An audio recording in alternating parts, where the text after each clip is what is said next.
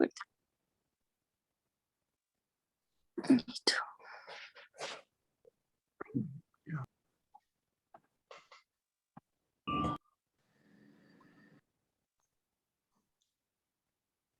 El PER lo voy a explicar en el trabajo. Igual, no sé si está la chica que me preguntó, igual le voy a dar más bolilla también al Gantt y al balanceo de línea que al PER. El PER simplemente les voy a explicar como para plantear la tabla de análisis. Nada más. Esa es la cuestión. Pero sí me interesa que en el trabajo práctico hagan el Gantt y sobre todo hagan el balanceo de línea. Esa es la idea de este trabajo, del día de hoy. ¿Estás, Raúl? Acá estoy.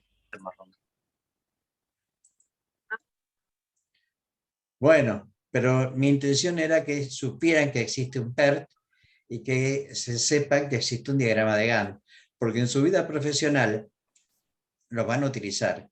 Y sobre todo si tienen que hacer un análisis y un diagnóstico, sobre todo en la parte de producción. Cuando se reúnan en la oficina de programación de la producción y vean un Gantt y vean, ustedes vayan sabiendo lo que es. Bueno, herramientas para mejorar el planeamiento. ¿Cuál es el diagrama de Gantt? Es la herramienta gráfica cuyo objetivo es exponer el tiempo de dedicación. En realidad, yo ya previamente sé cuándo, porque bueno, ya hice el relevamiento de datos en materia de recursos humanos, del trabajo. Entonces, como sé cuánto tarda cada operación, yo puedo saber mediante la secuencia de operaciones cuándo posiblemente pueda terminar un proceso de producción, como dicen los ingenieros, en condiciones normales de temperatura y vapor. Con lo cual, si yo tengo que entregar esto la semana que viene, sé cuándo puedo mechar las distintas etapas del proceso de productivo en función de una lógica de secuencias para poder tener esto satisfecho para poder entregarlo en tiempo y forma. Entonces, vuelvo a la definición. Dice, el diagrama de Gantt es una herramienta gráfica cuyo objetivo es exponer el tiempo de dedicación previsto para diferentes tareas o actividades a lo largo de un tiempo total determinado. Tiempo total, 1 semana. ¿Cuánto tarda en fabricar este material? Tantos minutos a tantas horas. Entonces, de alguna manera, en función del tiempo posible que hay en una planta o una fábrica, se elabora un determinado producto, se planifica la elaboración. El diagrama de Gantt no indica las relaciones existentes entre actividades. De alguna manera siempre, por eso digo, yo siempre digo que hay secuencias obligatorias y secuencias aleatorias.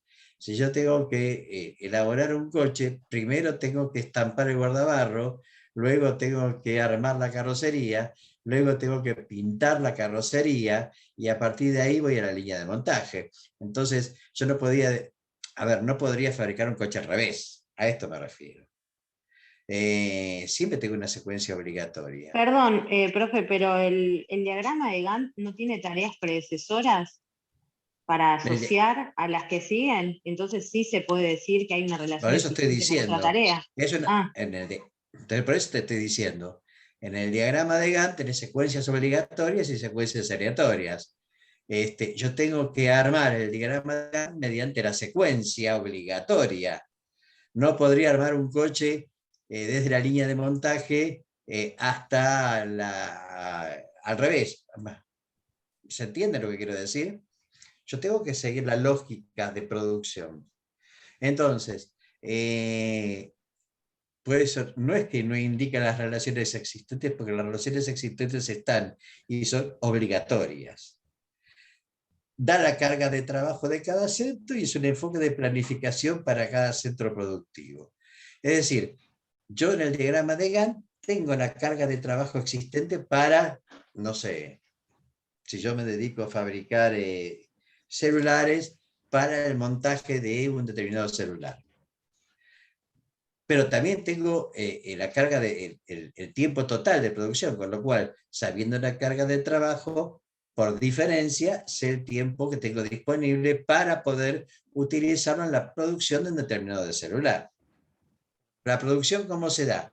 Se da en forma secuencial, desde la primera operación, que es la más simple, hasta terminar con el producto terminado. Un ejemplo típico de diagrama de Gantt sería este. No es un ejemplo muy feliz, pero bueno, de alguna manera es el que le están dando acá.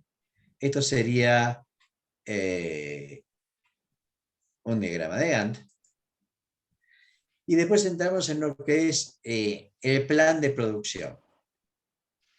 Y dentro del plan de producción, de alguna manera, lo que consideramos importante es primero cumplir con los plazos de entrega de un producto terminado. Y cumplir con los plazos de programación de la producción también. Minimizar los tiempos de demora en cuanto al traslado de material entre operación y operación. Por eso, previamente, para saber el plan de producción, tengo que haber hecho un layout correcto. ¿Por qué? Porque el traslado de material desde una operación a otra operación puede ser, si no está bien planificado el layout, puede incurrir tiempo. Y si incurro tiempo, acuérdense ustedes este tema, que el tiempo de producción, a menor tiempo de producción, mayor productividad. Con lo cual, si yo tengo un periodo de tiempo determinado y puedo lograr preparar 100 piezas, voy a tener determinada productividad. Pero si puedo lograr en ese mismo tiempo fabricar 110 piezas, yo voy a incrementar la productividad. ¿Pero qué significa en definitiva? ¿Por qué siempre hinchamos tanto con esto de mejorar la productividad? Porque cuando mejora la productividad, bajan los costos fijos por unidad de producción. Los costos fijos van a ser siempre fijos. Pero si logro aumentar en 10 piezas, yo digo, el pedacito de costo fijo que se lleva cada unidad va a ser menor. Minimizar los tiempos de demora. Demoras en cuanto a tiempos muertos. Es decir, la minimización de tiempos muertos realmente lo tengo que haber previsto cuando hice el diagrama de actividades múltiples. El diagrama de actividades múltiples y el diagrama de producción. Bueno, el diagrama de producción era el que me indica las etapas de los distintos procesos, las etapas de los distintos procesos productivos. Estas etapas generalmente tienen tiempo asociado. Después tengo el diagrama de actividades múltiples, que es el diagrama que muestra los métodos de producción. De esa manera yo puedo estudiar los distintas demoras que tienen los procesos de producción. Y cuando hablo de demoras, hablo de caídas de tiempo. Y generalmente voy a tratar de minimizar estas caídas de tiempo. ¿Para qué? Para acelerar la producción. ¿Para qué? Para mejorar la productividad. Minimizar los tiempos de preparación de máquina, que es lo mismo que los tiempos de demora. Minimizar el inventario de trabajos sin terminar o de productos en proceso.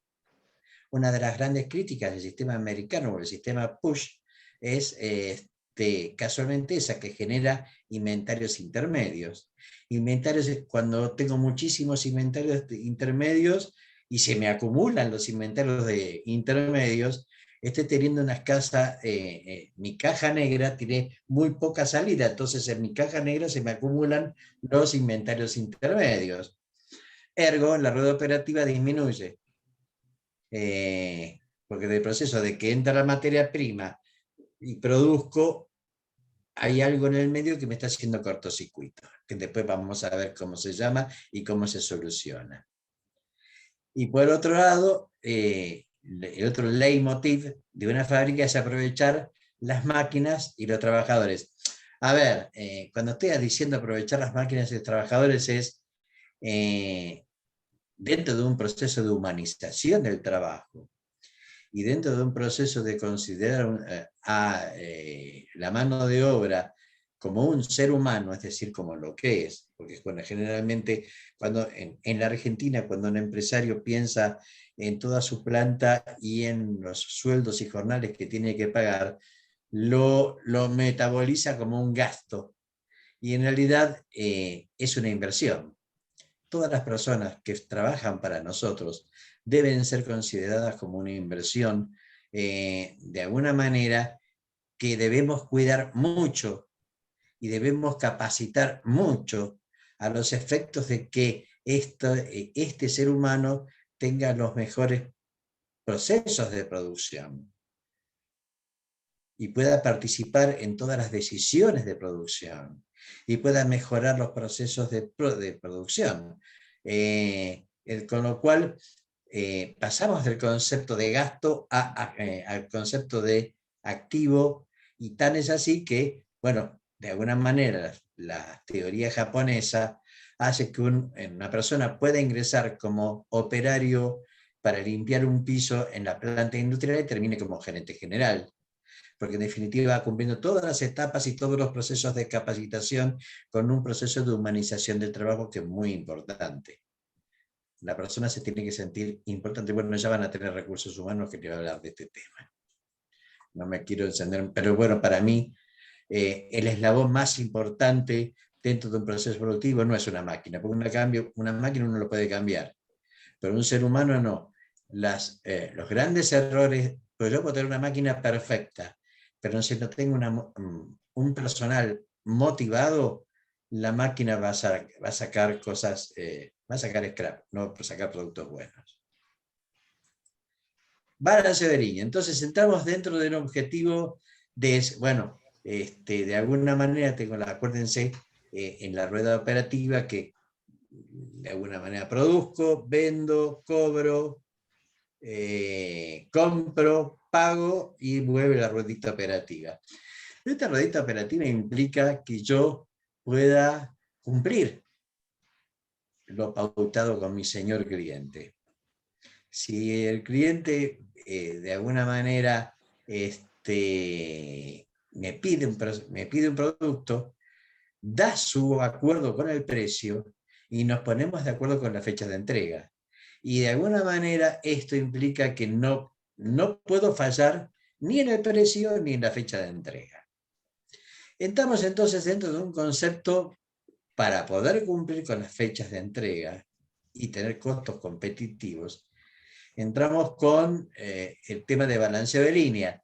Y balancear una línea, ¿cuál es el objetivo del balanceo de la línea? Mejorar la productividad. Todo en la fábrica tiende a mejorar la productividad. Mejora los costos variables, la mano de obra sobre todas las cosas. Evita los tiempos muertos. Ya teóricamente yo tendría que haber analizado en el diagrama de actividades múltiples para que no los haya, pero por ahí yo no hice el diagrama de actividades múltiples, entonces balanceando la línea trato de evitar los tiempos muertos. Mejoran los tiempos de entrega del producto terminado. Generalmente el diagnóstico de que hay una línea mal balanceada es cuando un empresario se queja de que nunca puede entregar la producción en tiempo y forma. Y mejorar los resultados de la organización, evidentemente, porque si mejoran los costos variables, es decir, la mano de obra, minimiza el costo fijo por unidad de producto terminado, de alguna manera incrementa la rentabilidad del balance, mejora el resultado, ¿no? ¿Hasta acá me siguen? Sí, profe. Sí, profe. Sí, Bien. profe. Sí. Bien. ¿Alguna duda? Chiflen, porque yo voy rápido para dejarle... Sí, yo tengo una duda. A ver. Algo de todo esto que hablamos hasta el momento, ¿se tiene que resolver a través de un cálculo o de una fórmula que no está en el Sí. PowerPoint? Sí, Ok. y la vamos a ver. Ok. Sí, y la vamos a ver, y la vamos a explicar. Luego lo van a resolver con con Cristian en los trabajos prácticos. Y luego lo van a tener que aplicar ustedes en los trabajos prácticos. O sea, que lo vemos en la teoría, lo van a volver a ver en la práctica, y luego ustedes resuelven en equipo un trabajo práctico al respecto.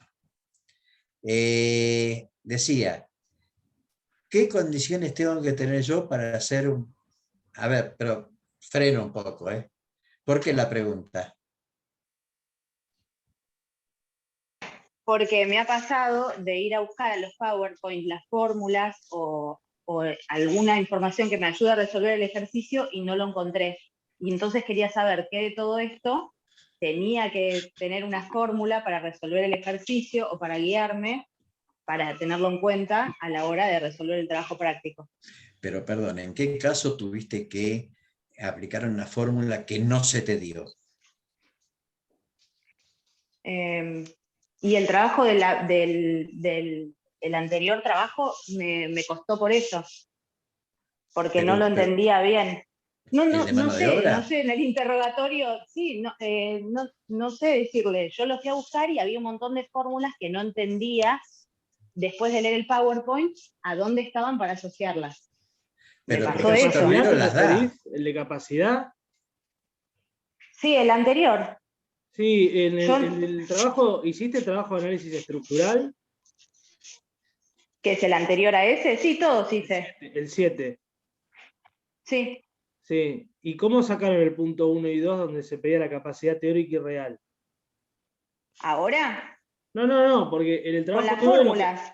No, en el trabajo 9... Pero me pasó, yo cuando digo ahora balanceo de líneas, lo que no entiendo, que estoy preguntando porque no lo entiendo, si tengo que hacer un ejercicio... Vanessa, pero un segundito. Nadie te está atacando. Lo de balanceo de líneas estamos diciendo, vamos a dar la fórmula y la vamos a aplicar. Por eso quería saber. Y en el trabajo de capacidad, lo que estoy respondiendo ahora es que el trabajo de capacidad 9, que fue el del sábado pasado, precisamente no había ninguna fórmula porque en su momento, cuando se explicó análisis estructural, que ese trabajo sí se explicó en sincrónico, en el 7 me refiero, el punto 1 y 2 se pedía la capacidad teórica y la capacidad real. Con lo cual, en el trabajo 9 es como que solo se enfatizó en la capacidad real. Y la manera de calcularlo, en definitiva, se había explicado en el 7, en la clase, cuando se explicó el trabajo 7. Con lo cual, por eso es como que es un trabajo más familiarizado, fue ese el 9, como que se enfatizó del análisis estructural solo en el cálculo de la capacidad real de las tres alternativas que había. Pero por eso no encontraste en el 9 una fórmula, porque ya, digamos, se había explicado ese cálculo en el 7. Por eso te preguntaba si hiciste el 7, si no es porque sospeche de vos ni nada. Sí, lo hice. Sí, pasa que me costó por eso. Y esto quería saber para que no me pase lo mismo. No, igual este es el tema. A ver, chicos, perdóname, Cristian, perdóname. A veces hay casos prácticos donde no se requiere fórmulas, sino se requiere investigación para poder desarrollar un proceso lógico y tener un resultado lógico. En todo caso, no siempre va a ser todo un formuleo que previamente el profesor se da. Si ustedes van a la vida práctica, va a tener que desarrollar cosas y tomar decisiones en función de sentido común. Por eso yo siempre recalco que producción es una materia de sentido común. Hay muy pocas fórmulas que se tienen que acordar de memoria, pero poquísimas. Por eso me extraña lo que vos me dijiste de que no pudiste desarrollar porque te faltaban fórmulas. Hay veces que... No es solo eso, perdón. Quise decir que quizás me faltaba un ejemplo práctico anterior para darme cuenta cómo aplicarlo de la mejor manera. Quizás no tenía lo práctico aceitado como para aplicarlo de la mejor manera. A eso me refiero. En relación a esto, de alguna manera el profesor titular siempre, después de una clase teórica, pone un caso práctico. En otras oportunidades teníamos una guía de trabajos prácticos donde había 5 o 6 ejercicios o 7 ejercicios sobre cada tema, donde vos podías evolucionar, porque veías varios casos. en este caso el profesor titular que había anteriormente se fue, y el nuevo profesor titular da un caso. Reconozco que a veces en un caso no les da a ustedes la cancha como para manejar todo, pero tratamos de que sea amigable para que lo puedan resolver, ¿no? ¿Sí? Bueno, Sí, entonces sí. seguimos con el balanceo de línea. Entonces, ¿cuáles son las condiciones para un balanceo de línea? Cantidad, equilibrio y continuidad. Cantidad, para que una línea pueda estar balanceada, tengo que tener un flujo, una cantidad determinada de producción que no se debe interrumpir en el tiempo. Equilibrio, porque los tiempos entre cada operación, para después del balanceo o antes del balanceo, debieran ser similares, no iguales. Siempre recalco de que yo tengo que tener tiempos similares. No puedo tener tiempos iguales porque las operaciones son distintas. Y en definitiva, no es lo mismo hervir una pava que cebar un mate. En todo caso, no podría, el tiempo de hervir una pava no podría ser el mismo tiempo que cebar un mate, porque son operaciones distintas. Pero en definitiva voy a tratar de que sean tiempos similares. Y continuidad, porque tiene que haber continuidad, un flujo constante de piezas para que justifiquen poder balancear una línea.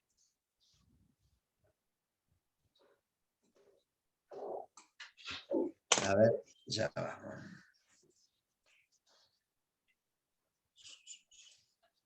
Ahí vamos. ¿Cuáles son los conocimientos previos necesarios? ¿Qué tienen que saber ustedes a los efectos de poder balancear una línea? Primero deben saber hacer, o al menos interpretar, un diagrama de producción. Y después tienen que saber, o al menos interpretar, un diagrama de actividades múltiples, o diagrama hombre-máquina. Y por último, tienen que tener, pueden no tenerlo esto, el estudio de trabajo. O sea, si tienen la determinación de los estándares por elemento, mucho mejor. Si no lo tienen, van a estar en problemas, pero igualmente lo pueden resolver. ¿Qué líneas se pueden balancear? Y se pueden fabricar líneas de fabricación y líneas de ensamble. Líneas de fabricación es cuando arranco con una materia prima y sale de la línea de producción un producto terminado. Y líneas de ensamble son cuando arranco, armo una parte de un proceso productivo y termino, sin ser el producto terminado. Yo puedo ensamblar un tren delantero y dejarlo en un proceso transitorio para cuando lo necesite, se continúa con la unidad de producto terminado coche. La línea de fabricación es constante, arranca la materia prima y termina con el producto terminado. La línea de ensamble puede ser una parte de un proceso del producto terminado. Células de trabajo o Lean Production. Una célula de trabajo cuando organizo personas con máquinas que tengo en mi fábrica, a los efectos de poder hacer un nuevo producto terminado, pero la característica es que son muy pocas personas y todas esas personas saben el trabajo de las otras personas. O sea, que no se practicaría en este caso el principio de división taxativo del trabajo, que si no es un equipo de 4 o 5 personas donde todo el mundo sabe el trabajo del otro, con lo cual si falta uno, el otro lo puede suplantar.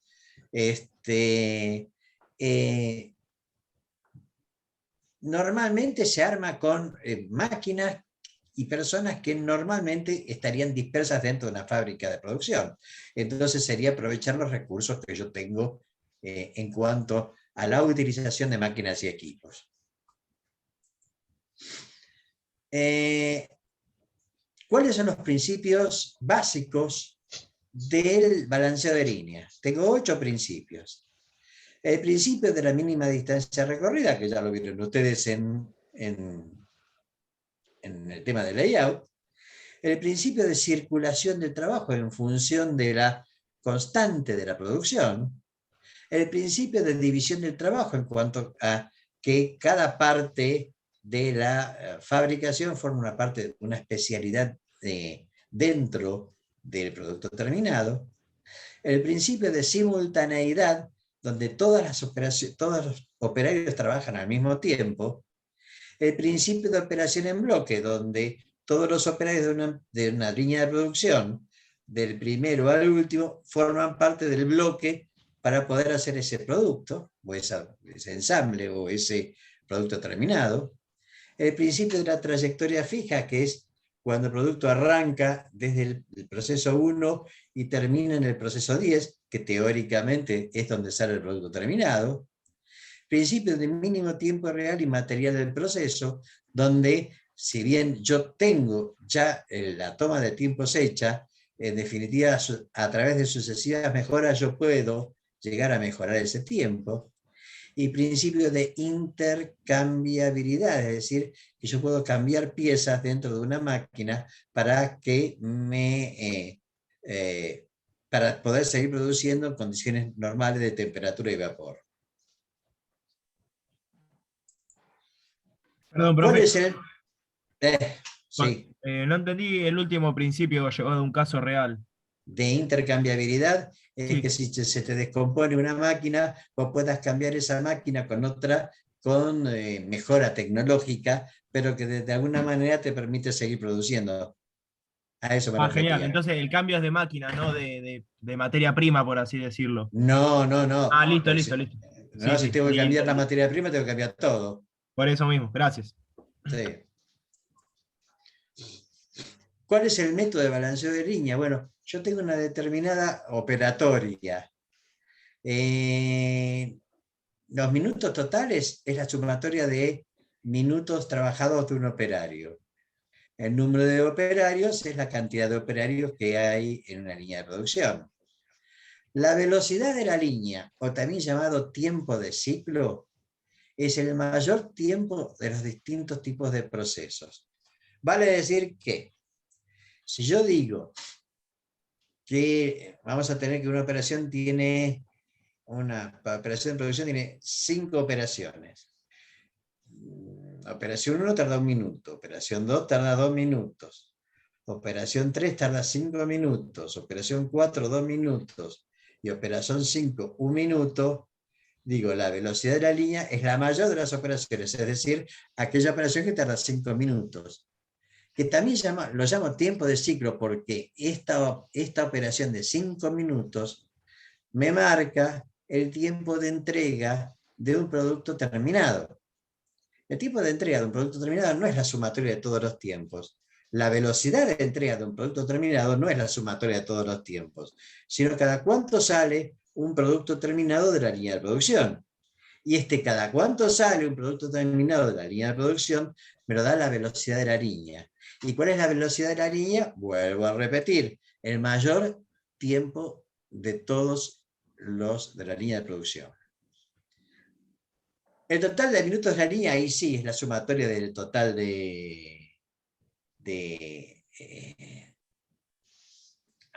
total de minutos por línea. Acá dice que es la velocidad o tiempo del ciclo por la cantidad de operarios. La eficiencia es el número total de operarios dividido el número total de la línea por 100. ¿Cuál es la eficiencia de un proceso productivo? Van a ser minutos totales de los operarios dividido los minutos de la línea multiplicado por 100. Vamos a hacérsela un poco más fácil, Raúl. La sumatoria de los tiempos de los puestos de trabajo totales en relación a la cantidad de puestos por la velocidad de línea por 100, porque es un porcentaje, te da la eficiencia de ese balanceo actual. Porque ahí está medio como engorroso, ahí no sé. Está medio como engorroso, Sí, pero bueno. la cuestión es esa. Tiempo total de producción sobre o en relación a la cantidad de puestos por la velocidad de línea por 100 porque estamos hablando de porcentajes. Esa es la eficiencia. De todas maneras, estas fórmulas que se las estoy dando en forma muy seca, por así decirlo, después lo van a ver con un ejercicio con Y Cristian. lo vamos a aplicar donde eso. es más- ¿Cómo sería la velocidad de la línea? ¿Eh? Buen día, buen día. El tema de la velocidad de la línea, ¿cómo lo sacás? ¿Es el tiempo total? Es el mayor tiempo de todos los procesos productivos. Ah, está bien. O sea, es el que más tarda en Es tiempo. el que más tarda, exactamente. Toma- O, toma- dicho de otra manera, el que menos produce. Sí, no sé si es tan buena la fórmula entonces. Entonces en ese caso, ¿no? Si te toma el mayor tiempo y... ¿Cuál? ¿La ¿Eh? que está ahí o la que dije? No, el mayor tiempo, si toma como fórmula la velocidad de línea, la que Pero tarda más tiempo. ¿a qué fórmula te estás refiriendo? No, la 3, que dice velocidad de línea. Es el mayor tiempo de la línea. No, lo que digo, no sé si está bueno que tome ese tiempo. No, Se hace así. A ver, este tiempo no lo inventó ni Raúl ni Cristian. Viene yo sé, inventado, no. viene Lo inventado hablo por en general, gente que no sabe, ¿no? hablo que están ustedes diciendo eso, no. Lo hablo en general, lo digo. Al tipo que Ok, inventó la ok. fórmula. Bueno, seguimos. Ahora después lo vamos a ver igual con el trabajo práctico. En la práctica, en los bifes vamos a ver la aplicación. Igual. Unidades Ajá. por hora es 60 minutos dividido la cantidad de productos, el ciclo de control ajustado. De una manera, en la operación, en la fórmula 6 y la 7 no se utilizan casi nunca. Y unidades producidas por turno son unidades hora por horas del turno. ¿Cuántas unidades produzco por hora? Por la cantidad de horas que tiene un turno. Y el costo por unidad es el número de operarios del salario diario dividido las unidades producidas. La fórmula 10 tampoco se utiliza, pero se la pongo acá para que ustedes, de alguna manera, en su vida profesional sí la tengan. La fórmula 10, a ver, particularmente estoy dando mi criterio, ¿no? Pero vos el desempeño de la línea lo medís con la eficiencia, que es el porcentaje. No, pero que acabamos bueno, de decir. esto está sacado de un Esto libro es muy yankee. cuestión tolerancia, suplemento, estudio de tiempo. No, pero Eso esto es está medio... sacado del libro. Está sacado del libro yankee, está traducido y a veces está mal traducido. Claro, yo explico mi criterio, ¿no? Pero bueno. La eficiencia te lo da. La eficiencia tiene mucho que ver con la productividad. Ahí hay una pregunta. Sí, perdón. Otra consulta. Cuando tenés que calcular el costo por unidad, que es el número de operarios por el salario diario, para calcular el salario diario, ¿se pone un establecido, tipo un fijo, o se tiene que hacer No, vos tenés que saber el salario diario de un operario. Sí, te digo porque no es lo mismo el salario de una persona que tiene 20 años de antigüedad con el de uno que No, hace cuando 6 vos meses. Se estás hace una estadística y se hace uno No, general, no. o hay uno fijo. Esto lo haces sobre la línea, una línea real de una determinada fábrica, donde vos sabés el operario cuánto gana con sus todos años de antigüedad. En todo caso, vos decís, yo produzco, este operario gana, no sé,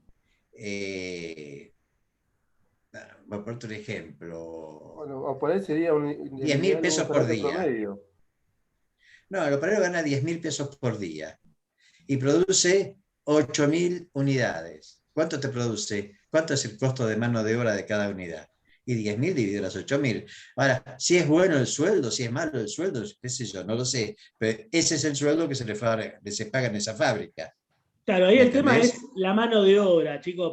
A ver, el salario no es un sueldo fijo. Acá estamos hablando de mano de obra directa. Recuerden que la mano de obra directa es el jornal, el valor jornal por el tiempo estándar, ¿no? Que vimos la otra vez. Que el tiempo estándar De todas maneras, la mano de obra directa. el costo de los operarios, vos podés tener uno o varios operarios. Podés tomar un mix y hacer un salario medio, porque todos los operarios pueden no ganar lo mismo. Claro, yo decía eso, un salario promedio como para que sea más parámetro, más Podés general. hacerlo así, Para no pero tomar empleado por empleado. sí, lo podés hacer así, pero en este caso de los ejemplos, tengo 5 operarios que ganan 1.000 pesos cada uno, total de mano de obra 5 lucas, dividido la cantidad de unidades que produciste en el turno, cuánto te sale de mano de obra por pieza.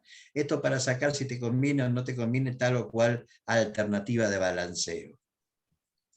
Después hay un ejercicio que no lo vamos a Profe. resolver hoy. Sí, Una consulta de la hoja anterior, sí. de que no entendí bien qué es el control ajustado. No sé qué ajusta. O sea, no sé qué ajuste de qué. No, no lo tomen en cuenta porque yo dije, este se ha sacado del libro norteamericano y esto no lo vamos a calcular acá. No van a calcular, Ok. es para que sepan que existe, pero no los vamos a hacer ejercicios para que ustedes determinen ni el control ajustado, ni el desempeño de la línea. Bueno, les vamos a pedir que saquen ni el punto 6 ni el punto 10. No, Es sí, para que... para saber bien, porque no entendí bien qué era ¿El qué? el control ajustado. O sea, no sé qué es. No importa, pero no te lo vamos a pedir. Bueno, gracias. Vuelvo a repetírtelo. Te lo doy para que sepas que existe y en algún libro está, pero nadie te lo va a pedir. Hace de cuenta que no está. O sea, ni Cristian ni yo te vamos a pedir que digas o calcules el ciclo de control ajustado o el desempeño de una línea. Sí, te vamos a pedir cuántas unidades por hora produce una línea de producción. Sí, te vamos a pedir el punto 8, unidades producidas en un turno. Y sí, te vamos a decir que determines el costo de una unidad antes del balanceo y después del balanceo. Costo de mano de obra, ¿eh? Después tenemos un ejercicio que no lo vamos a resolver porque si no nos vamos por las tapas. Y por último tenemos un ejercicio muy chiquitito de células de trabajo que sí me gustaría ver. ¿Qué son las células de trabajo? Bueno,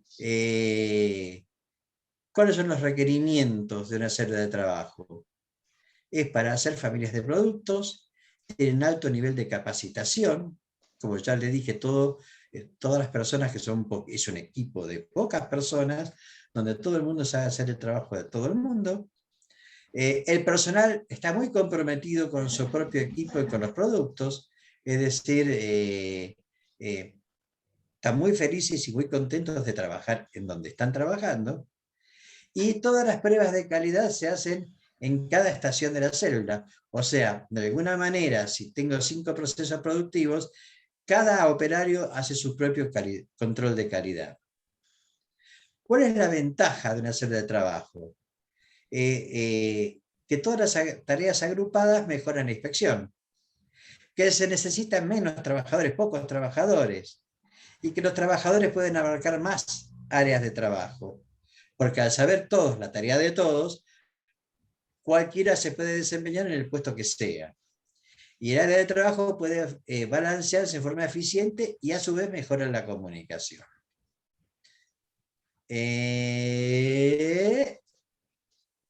Bien. Vamos a hacer un pequeño ejemplo. Hacer ejemplos con una filmina es medio complicado, pero lo vamos a intentar. Dice, la empresa Trevex, sociedad anónima, fabrica y comercializa espejos para la industria automotriz, espejitos para el costado. Siendo su cliente más importante la planta cercana de Honda, sociedad anónima, que espera la entrega de 600 unidades por día. Trevex, sociedad anónima, trabaja un turno de 8 horas diarias. Y Trevex quiere determinar el tiempo track o la velocidad de la línea, que también se llama tiempo track, y el número de trabajadores requeridos. O sea, el dueño de Trevex me pregunta, ¿cuántos laburantes necesito?